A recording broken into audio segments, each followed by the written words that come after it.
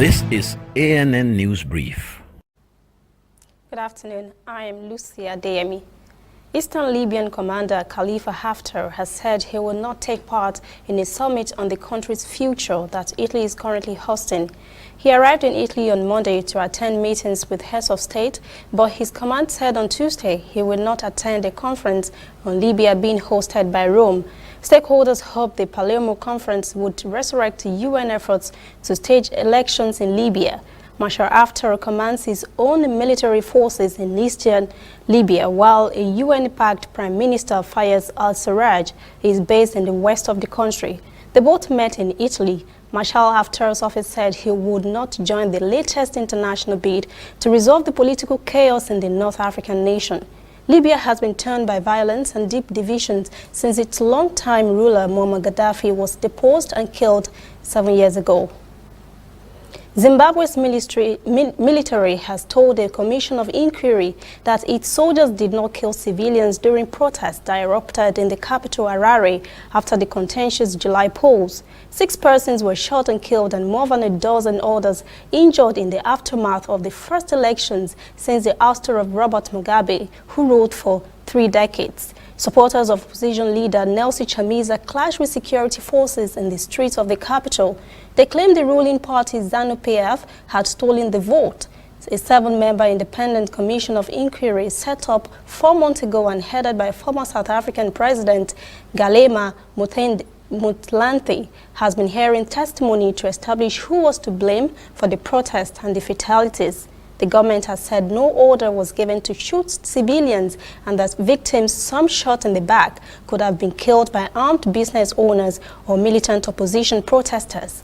Although video footage seems to suggest otherwise, the opposition says the probe is President Emmerson Mnangagwa's attempt to escape liability. Stay with us. Be back after this short break. If you know fit go internet or follow for Twitter, you know fit snap photo send or get it photo send. Now because you dey use Palasa, your phone no dey answer. See me see wahala. My brother, go get smartphone, yeah. Drop that Palasa phone. Phone wey no go for your hand, yeah. Drop that Palasa phone. Phone wey no fit take selfie. Drop that Palasa phone. No be correct phone, yeah. Drop that Palasa phone. Upgrade to a smartphone today and get double data for 6 months on any MTN data bundle you buy. Simply purchase a smartphone from any store, anywhere in Nigeria, or bring your current smartphone from any network. Insert your MTN SIM card to start enjoying your double data bonus. Offer is open to all new and existing MTN subscribers. Join the largest smartphone movement today. Make it not for your hand, that's Palasa phone.